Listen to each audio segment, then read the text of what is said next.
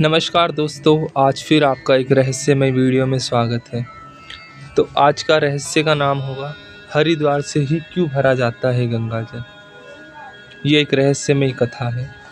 करते हैं इस कथा को प्रारंभ। रात के लगभग 2 बजे थे। हरिद्वार की गलियां शांत थी। गंगा का जल चांदनी में चांदी की तरह चमक रहा था। लेकिन उस रात कुछ ऐसा हुआ जिसे देखकर एक युवा कांवड़िया दिन भर नहीं भूल पाया। उस युवक का नाम था मोहन। वह पहली बार कांवड़ लेने हरिद्वार आया था।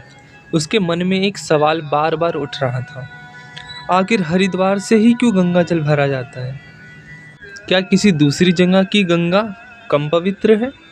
उसने कई लोगों से पूछा, लेकिन हर किसी ने केवल इतना कहा, यही परंपरा है। मोहन संतुष्ट नहीं हुआ। उसने तय किया कि वह रात में हर की पौड़ी के पास बैठकर ध्यान करेगा। आधी रात बीत चुकी थी। अचानक उसे घंटिया की धीमी आवाज सुनाई दी। उसने चारों ओर देखा, लेकिन वहां कोई नहीं था। तभी गंगा के बीचों बीच एक दिव्य प्रकाश दिखाई दिया। उस प्रकाश में एक तेजस्वी साधु प्रकट हुए। उनके चेहरे पर एक अद्वितीय तेज था। साधु बोले, तुम्हारे मन में जो प्रश्न है उसका उत्तर सुनने का समय आ गया है।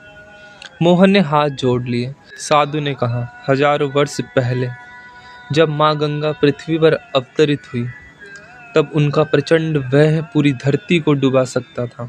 भगवान शिव ने अपनी जटाओं में गंगा को धारण किया। जब गंगा पृथ्वी पर प्रवाहित हुई, तब जिन स्थानों को उन्होंने सबसे पहले पवित्र किया, उनमें हरिद्वार का विशेष स्थान था। यही देवताओं ने माँ गंगा का स्वागत किया। यहीं ऋषियों ने वर्षों तक तपस्या की। यहीं असंख्य संतों ने मोक्ष का मार्ग पाया। साधु ने आगे कहा, हर की पौड़ी केवल एक घाट नहीं है, यह श्रद्धा, विश्वास और भक्ति का प्रतीक है। इसलिए यहाँ से भरा गया गंगा जल केवल जल नहीं, बल्कि आस्था का संदेश माना जाता है। इतना कहते ही साधु ने गंगा की ओर संकेत किया। मोहन ने देखा कि जल में अनगिनत दीपक अपने आप बहने लगे। ऐसा लग रहा था जैसे देवता स्वयं गंगा की आरती कर रहे हैं। कुछ ही क्षण में पूरा दृश्य गायब हो गया। सुबह जब मोहन की आंख खुली तो उसके हाथ में वही खाली कलश था।